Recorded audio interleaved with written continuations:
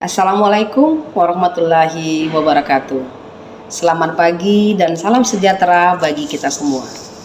Alhamdulillah, puji syukur saya panjatkan kehadirat Allah Subhanahu wa taala atas nikmat sehat dan juga kesempatan yang telah diberikan kepada saya sehingga saya dapat menyelesaikan pembuatan video terkait dengan pernyataan diri dosen untuk unjuk kerja Tridharma Perguruan Tinggi bidang pengajaran sebagai salah satu syarat untuk mengikuti seleksi sertifikasi dosen pada tahun 2023. Perkenalkan, nama saya Liana Devi Oktavia, SST MKep. Saya merupakan salah satu dosen tetap yang berada di Prodi D3 Kebidanan Poltekkes Kemenkes Pangkal Pinang. Adapun salah satu mata kuliah yang saya ampu adalah asuhan kebidanan persalinan dan bayi baru lahir. Dan pada kesempatan kali ini saya akan menjelaskan terkait metode pengajaran yang saya lakukan dalam memberikan asuhan kebidanan persalinan dan bayi baru lahir. Metode yang saya lakukan adalah DIA, yaitu Delivery, Interaction, dan Assessment. Sebelum menjelaskan lebih lanjut terkait mata kuliah asuhan kebidanan persalinan dan bayi baru lahir, saya akan menjelaskan terlebih dahulu terkait deskripsi singkat mata kuliah asuhan kebidanan persalinan dan bayi baru lahir. Mata kuliah asuhan kebidanan dan persalinan dan bayi baru lahir merupakan salah satu mata kuliah wajib yang harus diambil oleh mahasiswa Prodi D3 Kebidanan. Mata kuliah ini akan ditempuh oleh mahasiswa pada saat mereka berada di semester 3. Dan bobot SKS pada mata kuliah ini adalah 5 SKS. Dengan rincian 2 SKS teori dan 3 SKS praktik. Dengan rincian 2 SKS teori dengan perkuliahan secara tatap muka dan 3 SKS adalah praktikum di laboratorium. Mata kuliah asuhan kebidanan, persalinan dan bayi baru lahir merupakan salah satu prasyarat bagi mahasiswa sebelum mereka melanjutkan pada mata kuliah praktik klinik kebidanan 3 atau PK3. Adapun capaian pembelajaran pada mata kuliah asuhan kebidanan, persalinan dan bayi baru lahir atau CPMK adalah yang pertama, mahasiswa diharapkan mampu menjelaskan konsep dasar asuhan persalinan, mampu mendeskripsikan faktor-faktor yang mempengaruhi persalinan, kemudian mampu mendeskripsikan perubahan fisiologis dan psikologis pada persalinan, kemudian mampu memahami kebutuhan dasar saat persalinan termasuk nutrisi, istirahat, dan tidur. Yang selanjutnya mampu melakukan pencegahan infeksi, mampu melakukan pemberian obat dan terapi sesuai dengan SOP, kemudian mampu mengidentifikasi kebutuhan posisi dan mobilisasi pada ibu bersalin, kemudian mampu melakukan asuhan persalinan pada kala 1, pada kala 2, dan pada kala 3. Yang selanjutnya adalah mampu melakukan asuhan persalinan pada kala 4, mampu melakukan episiotomi, amniotomi, dan penjahitan luka pada perineum, kemudian mampu melakukan asuhan pada bayi segera setelah lahir atau BBL. Yang terakhir adalah mahasiswa mampu melakukan diagnosa asuhan persalinan. Adapun materi yang akan dibahas dalam mata kuliah asuhan kebidanan persalinan dan bayi baru lahir adalah yang pertama, konsep dasar asuhan persalinan. Yang kedua, faktor-faktor yang mempengaruhi persalinan, perubahan fisiologi dan psikologis pada persalinan. Yang keempat, kebutuhan dasar saat persalinan, termasuk nutrisi, istirahat, dan tidur, pencegahan infeksi, pemberian obat dan terapi sesuai dengan SOP, kebutuhan posisi dan mobilisasi pasien, kemudian asuhan persalinan pada kala 1, asuhan persalinan pada kala 2, pada kala 3 dan kala 4. Yang selanjutnya episiotomi, amniotomi dan penjahitan luka perineum. Kemudian asuhan pada bayi segera setelah lahir, dan yang terakhir adalah melakukan diagnosa asuhan persalinan. Selanjutnya saya akan menjelaskan terkait metode pembelajaran DIA. Yang pertama adalah delivery, di mana mata kuliah ini dapat tersampaikan dengan baik kepada mahasiswa dengan menggunakan beberapa metode dan referensi, baik referensi melalui buku yang update, kemudian jurnal dan juga artikel-artikel penelitian yang berkaitan dengan persalinan dan bayi baru lahir. Yang kedua adalah interaction. Interaksi yang saya gunakan pada saat memberikan pembelajaran asuhan kebidanan persalinan dan bayi baru lahir dengan menggunakan pendekatan SCL, Student Centered Learning, di mana mahasiswa berperan aktif dalam menggali dan mencari tahu terkait pembelajaran asuhan kebidanan persalinan dan bayi baru lahir dengan menggunakan beberapa media pembelajaran dan juga literatur yang dapat mendukung proses pembelajaran. Yang ketiga adalah assessment. Assessment adalah cara mengukur kemampuan mahasiswa selama proses dan sampai dengan akhir mengikuti perkuliahan. Asesmen ini dilakukan dengan melakukan evaluasi penilaian di akhir pembelajaran secara objektif.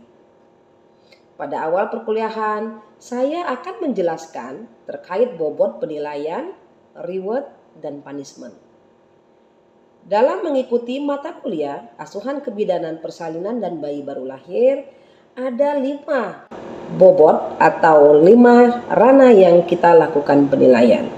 Yang pertama adalah UTS dengan bobot 20%, kemudian UAS 30%, penugasan 20%, praktikum 20%, dan yang terakhir adalah soft skill.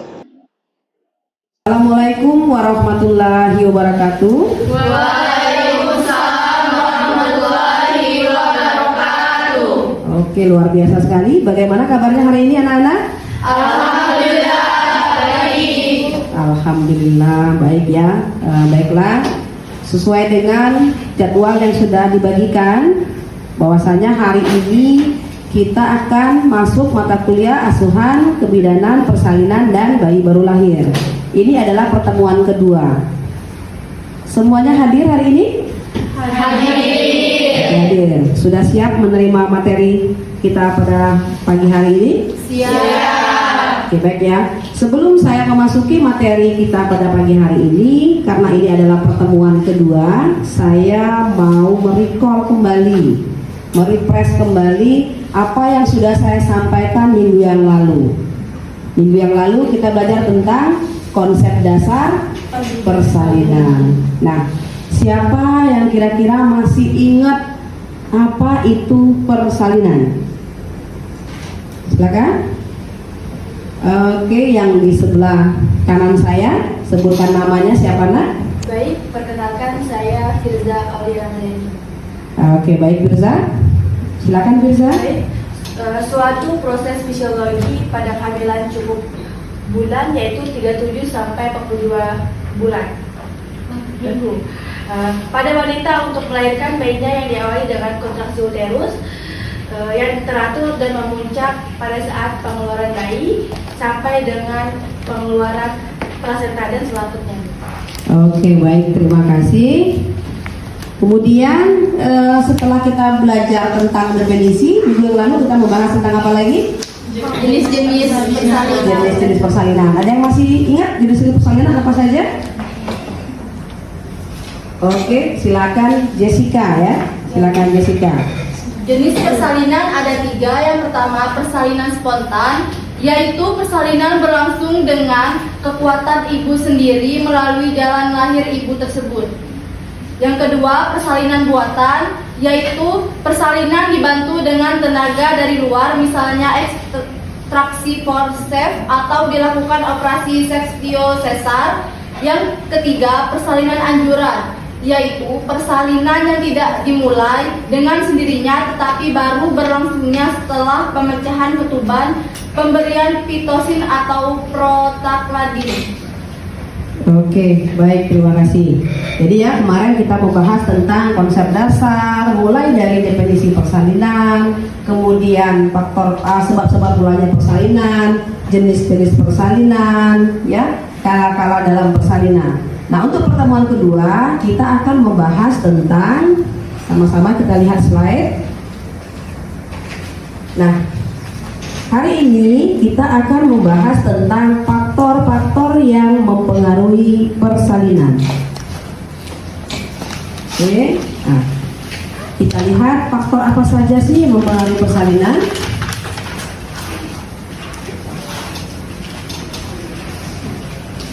Oke. Faktor-faktor yang mempengaruhi persalinan yang pertama adalah kekuatan ataupun tenaga atau power. Ya, itu faktor pertama. Kemudian faktor kedua adalah jalan lahir atau passage. Kemudian janin dan plasenta, passenger. Kemudian psikis daripada ibu atau faktor psikologis. Kemudian yang kelima adalah faktor penolong. Jadi dalam proses persalinan ada 5 faktor yang mempengaruhi proses persalinan itu sendiri. Jadi ada apa yang nomor satu? Kekuatan atau tenaga yang sering kita sebut dengan power. Yang kedua, jalan lahir atau passage. Yang ketiga, janin dan plasenta. Yang keempat, psikis dari ibu atau psikologi atau pulse labor pains yang sebetulnya hanya merupakan peningkatan dari kontraksi dari Braxton Hicks. Jadi seorang ibu pada saat dia sudah memasuki trimester ketiga biasanya akan muncul, ya, sering muncul yang namanya his pendahuluan atau his palsu. Ya, sering dia mules, bilang mau istirahat, mules lagi. Itu biasanya dimulai pada trimester ketiga. Kemudian kontraksi Braxton Hicks adalah kontraksi rahim tidak beraturan yang terjadi selama kehamilan tetapi dapat dirasakan terutama menjelang akhir kehamilan. Jadi kontraksi Braxton Hicks ini atau Hicks palsu ini kontraksi rahimnya tidak beraturan. Nanti kita akan bahas apa sih Bu bedanya kontraksi Braxton Hicks atau kontraksi Hicks palsu dengan kontraksi yang memang menandakan seorang ibu masuk pada fase infartu. Nah, Hicks persalinan.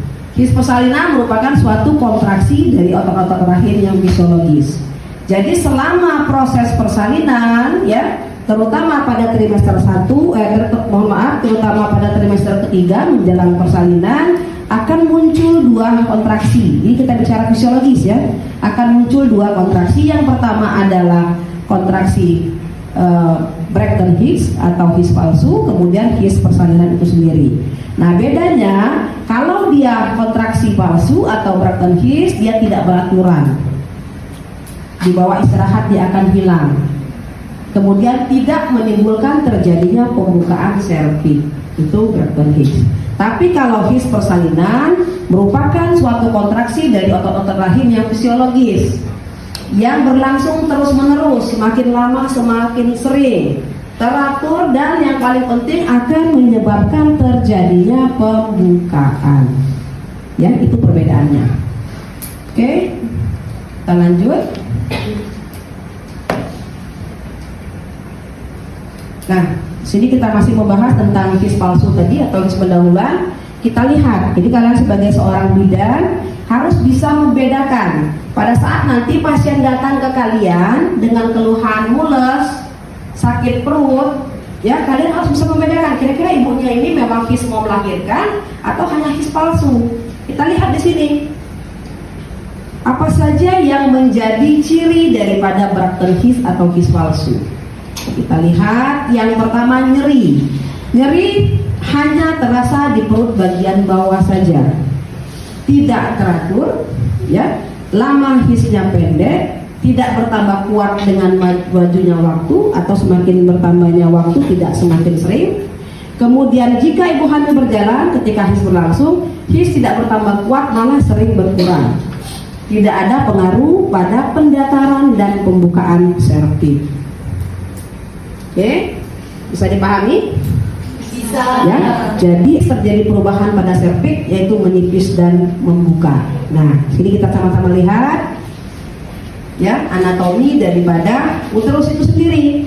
Tadi saya mau menjelaskan yang pertama, kenapa yang namanya HIS persalinan itu dikatakan pundal dominan. Karena kalau kita lihat struktur daripada uterus, otot yang paling tebal, kalau kalian lihat di gambar ini, otot yang mana? Yang bagian atas kah, bagian tengah, atau bagian bawah? Kita bagi tiga bagian ya uterusnya. Bagian atas, bagian tengah, dan bagian bawah. Nah, bagian mana ya?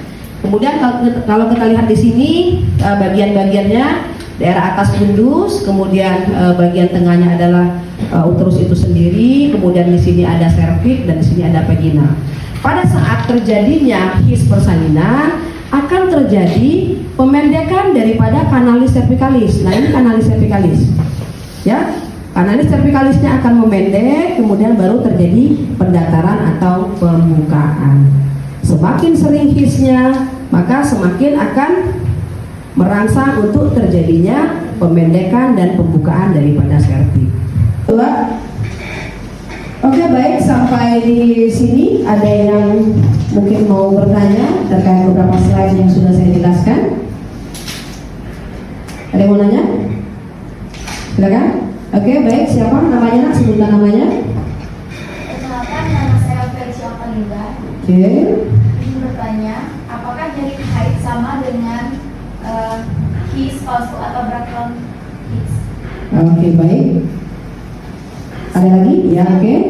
Perkenalkan, nama saya Jessica Aprilia. Saya akan bertanya, kok HIS bisa menyebabkan afeksi? Nah, afeksi itu apa sih, Bu? Oke, aspeksia ya, bukan afeksi. Afeksia, ya. Aspeksia itu, oke. Sebelum saya jawab, silakan mungkin ada temannya yang mau menanggapi pertanyaan dari kedua temannya yang di depan. Silakan. Oke, baik, silakan Nak. Perkenalkan, nama saya Adelia Kami. Ya. Di sini saya akan menanggapi pertanyaan Jessica tentang asfiksia. Jadi asfiksia sendiri yaitu masalah sistem pernapasan yang diakibatkan oleh rendahnya kadar oksigen di dalam tubuh. Kemudian asfiksia pada bayi baru lahir itu dikenal juga dengan asfiksia perinatal atau neonatal. Kondisi ini bisa terjadi ketika bayi kekurangan oksigen sebelum, selama dan setelah proses persalinan. Oke, baik sekali. Terima kasih. Ada yang mau menanggapi lagi? Oke, saya komentari ya. Kenapa sih HIS itu bisa menyebabkan terjadinya asfiksia pada bayi baru lahir atau pada bayi yang ada di dalam kandungan ibunya? Kemudian asfiksia itu sendiri apa? Tadi benar sekali, terima kasih Nak ya sudah menjelaskan bahwasanya asfiksia itu suatu kondisi di mana bayinya mengalami kekurangan suplai oksigen sehingga menyebabkan dia mengalami kesulitan bernapas. Itu yang dinamakan dengan asfiksia. Nah, kenapa bayinya bisa kekurangan oksigen?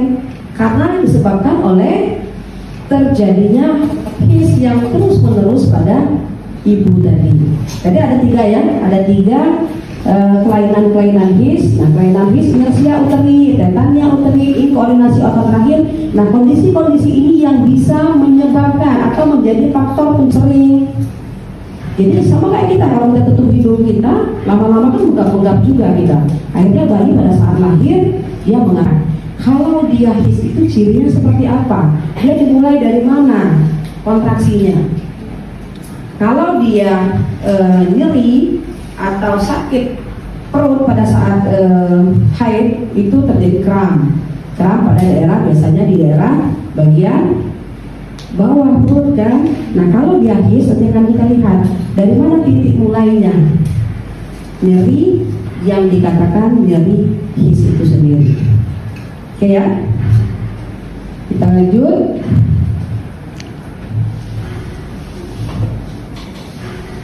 Nah, yang kedua tadi terpending ya untuk HIS ya, titik-titik atau lokasi-lokasi HIS pada pasien infarktun. Kemudian tadi faktor kedua yang mempengaruhi persalinan adalah faktor passage. Terlihat apa sih passage ini? Passage ini nama lain daripada jalan lahir. Jalan lahir terbagi dua, ada jalan lahir yang keras dan ada bagian yang lunak. Nah, bagian yang keras itu terdiri dari tulang-tulang panggul. Nanti pada next pertemuan berikutnya kita akan membahas apa saja bagian-bagian daripada tulang panggul. Kemudian bagian lunak. Bagian lunak itu terdiri dari uterus, otot dasar panggul dan perineum. Nah, jadi ini ya, jalan lahir ada dua, ada yang bagian keras, ada yang bagian lunak. Bagian keras itu adalah tulang itu atas panggul, kemudian diameter terbesar itu tengah panggul dan itu bawah panggul. Kemudian jenis bentuk panggul ada yang ginokoid, ada yang antropoid, android dan kretipoid. Nah, yang normalnya adalah yang ginekoid. Lihat kan? Ya, sebelum kita lihat secara teorinya, kita lihat gambar di sini saja sudah terlihat kalau ginekologi ini memiliki luas yang lebih maksimal dibandingkan antropoid. Kemudian android yang meruncing ke bawah, kretipoid yang melebar ke kiri dan kanan. Nah, ini ya, terlihat lebih jelas ya. Ini antropoid, ginekoid, kretipoid dan android. Kita lanjut lagi slide berikutnya, jalan lahir lunak. Nah, ini ya, ini otot-otot yang merupakan bagian daripada jalan lahir lunak.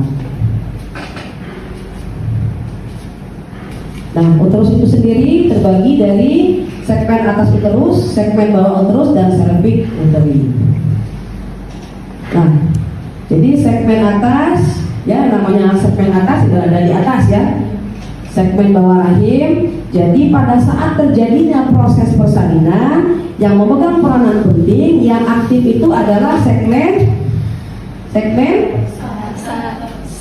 atas rahim. Sementara segmen bawah rahim sifatnya pasif. Ya. Kenapa SR lebih dominan? Karena tadi struktur ototnya juga lebih kuat, lebih tebal, lebih besar dibandingkan yang bagian bawah. Kemudian otot dasar panggul, ya. Jadi panggul tadi kalau kita lihat tulangnya, dan ini otot-ototnya. Selanjutnya serviks. Nah, ini ya, serviks. Ini yang namanya serviks. Nah, pada saat terjadinya kontraksi, ini yang tadi saya jelaskan, ini adalah kanalis cervicalis yang lama-lama seiring dengan semakin majunya, semakin seringnya placenta dan ada air ketuban. Oke, next. Ukuran kepala, ya. Nah, ini dengan kepala waktu lahir 33 sampai 35, besar lingkaran kepala pada umur 1 tahun, ini nanti bisa dibaca ya. Nah, untuk materi saya sudah saya share di simbal kita. Nanti silakan kalian cek ya untuk materi kita pada hari ini. Kemudian dengan sikap adalah hubungan bagian tubuh janin yang satu dengan bagian yang lainnya. Letak adalah bagian suhu janin berada pada suhu ibu. Kemudian presentasi digunakan untuk menentukan bagian janin yang ada di bagian bawah rahim. Bagian terbawah, kemudian posisi merupakan indikator untuk menetapkan arah bagian terbawah janin, apakah sebelah kanan, kiri, depan, atau belakang. Ubur-ubur kecil kiri depan atau ubur-ubur kecil kanan belakang. Nah, ini biasanya pada saat kita vagina C, pada saat kita periksa dalam, ini yang akan kita nilai. Oh, posisinya ubur-uburnya kiri depan, oh ubur-uburnya kanan belakang. Nah, ini fleksi, defleksi, dan ekstensi. Ini sikap janin di dalam uterus. Ada yang fleksi, defleksi, dan ekstensi. Kemudian lanjut. Nah, pada saat nanti ini sebenarnya akan detail dibahas pada saat APN. Di APN itu nanti akan membahas 60 langkah pertolongan persalinan. Jadi detail nanti di sana akan dibahas ya. Jadi mungkin hanya sepintas ya terkait dengan Quintus itu adalah sumbu kepala janin miring terhadap. Nah, nih, ya. Udah pernah lihat plasenta? Belum. Nah, ini plasenta. Plasenta ini kalau kita pangkal pinang, orang Melayu ini bilangnya kakaknya ya. Bagian plasenta, bagian janin, bagian maternal dan kami pusat. Manfaat plasenta sebagai apa? Sebagai nutrisi, ya, yang mengantarkan makanan dari ibu ke janinnya, sebagai respirasi, sebagai ekstraksi, produksi, imunisasi dan pertahanan. Nah, ini struktur plasenta. Kemudian selanjutnya air ketuban. Tadi ada janin, ada plasenta, dan air ketuban. Volume air ketuban pada kehamilan cukup bulan kira-kira 1000 sampai 1500 cc. Air ketuban berwarna putih, keruh, berbau amis dan berasa manis. Reaksinya agak alkalis atau netral dengan berat jenis 1008, komposisinya terdiri di atas 90% air, sisanya albumin, urea, asam urik, kreatinin, sel-sel epitel, lantunan dugong, peptid, gaseosa, dan garam organik kadar protein kira-kira 2,6%. Di asal air ketuban, dari mana sih asal air ketuban? Kencing janin, transudasi dari ibu, sekresi epitel amnion, dan asal campuran atau mixed origin. Ini manfaat air ketuban. Kemudian yang berikutnya faktor pengaruhi adalah psikis, psikologis ibunya. Kemudian yang terakhir penolong. Nah, psikologis ibu juga memegang peranan penting pada saat proses persalinan. Apabila psikologis ibu terganggu, ya otomatis proses persalinan pun akan menjadi terganggu. Ya, jadi ibunya ketakutan, tegang, cemas, sehingga akan mempengaruhi hisnya, tenaganya, ibunya jadi lemas dan lain sebagainya. Makanya sekarang kita kenal yang namanya asuhan sayang ibu. Ibunya boleh didampingi, ibunya boleh makan minum. Kalau dulu tidak boleh didampingi, tidak boleh makan minum. Ya, konsepnya belum konsep sayang ibu. Kalau sekarang boleh ditemani sama siapa saja. Suami oke, mau ibunya, mau mertua, ya silakan saja. Ya. Kemudian yang terakhir adalah faktor yang mempengaruhi adalah faktor penolong. Siapa penolong di sini? Siapa? Bidan, kalian semua. Kalian memegang peranan penting juga yang akan menjadi penyebab apakah nanti proses persalinan itu akan berjalan dengan lancar atau tidak. Jadi penolong. Peran dari penolong persalinan adalah mengantisipasi dan menangani komplikasi yang mungkin terjadi pada ibu dan janin. Dalam hal ini tergantung dari kemampuan dan kesiapan penolong dalam menghadapi proses persalinan. Artinya, sebagai seorang bidan, sebelum kalian menolong persalinan, kalian harus mampu. Mampu apa? Mampu memberikan asuhan kebidanan yang terbaik. Nah, saat ini kalian ada di sini merupakan upaya bagian dari kalian memampukan diri kalian untuk menjadi penolong persalinan, untuk menjadi bidan yang profesional. Oke ya? Oke, sampai di sini. Nah, untuk psikologi sedikit ya, refresh kembali dari slide awal. Faktor yang mempengaruhi persalinan itu apa saja? Siapa yang bisa jawab? Oke, baik. Silakan. Siapa namanya? Nak sebutkan. Jawab. Ya. Nama saya Janji Triasiti. Faktor yang mempengaruhi persalinan ada 5 bu. Yang pertama ada kekuatan atau power. Lalu ada jalan lahir atau psikis. Yang kedua ada janin dan plasenta atau pseudo. Dan yang ketiga ada psikis dari ibu. Yang keempat ada psikis dari ibu atau psikologi, dan yang terakhir ada penolong. Oke. Saya rasa untuk pertemuan kita pada pagi hari ini cukup sampai di sini. Terima kasih atas perhatiannya. Saya informasikan kembali bahwasannya semua materi yang saya sampaikan bisa kalian akses di Bilab, ya silakan akses di Bilab, dan juga untuk penugasan juga sudah saya share di Bilab. Oke, cukup. Baiklah, itulah salah satu penjelasan dan cuplikan video pembelajaran yang saya sampaikan secara tatap muka. Semoga video yang saya sampaikan dapat bermanfaat bagi kita semua. Akhir kata saya ucapkan, Terima kasih. Saya tutup dengan mengucapkan wabillahi taufiq wa hidayah. Wassalamualaikum warahmatullahi wabarakatuh.